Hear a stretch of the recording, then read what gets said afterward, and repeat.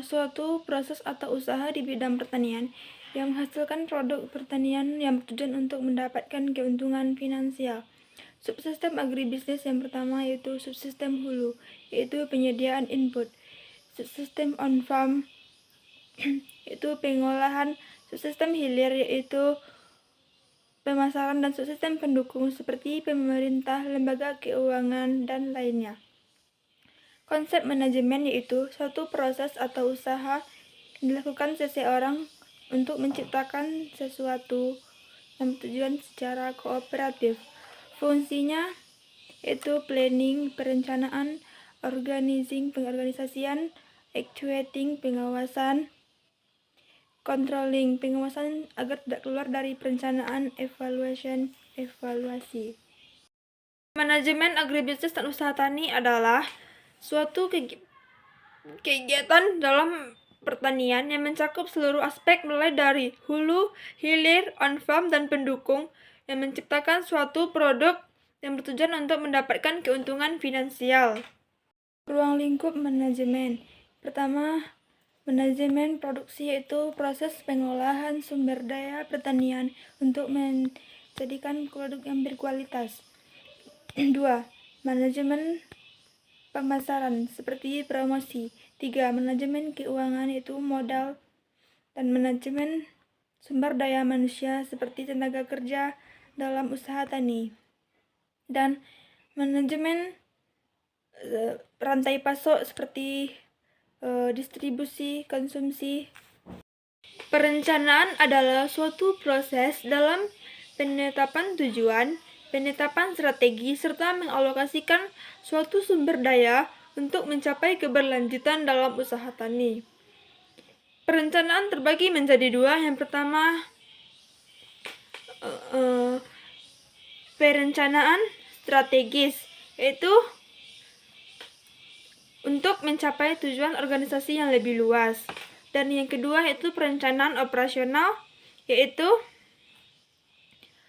penguraian yang lebih terperinci bagaimana strategi itu akan dicapai. Dan perencanaan dalam agribisnis dan usaha tani terbagi menjadi 3. Yang pertama, perencanaan jangka pendek, yaitu 1 tahun, perencanaan jangka menengah itu 3 tahun, dan perencanaan jangka panjang itu lebih dari 5 tahun.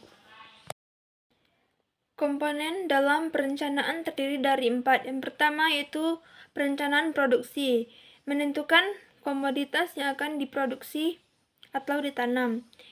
2.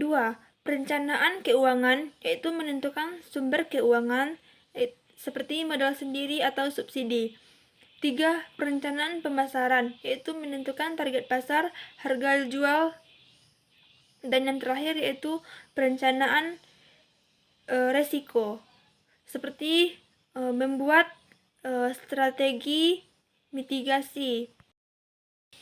Pengorganisasian adalah mengelola, mengelompokkan atau mengatur faktor-faktor produksi sesuai bidangnya masing-masing. Tujuannya adalah efisiensi sumber daya dan peningkatan produktivitas.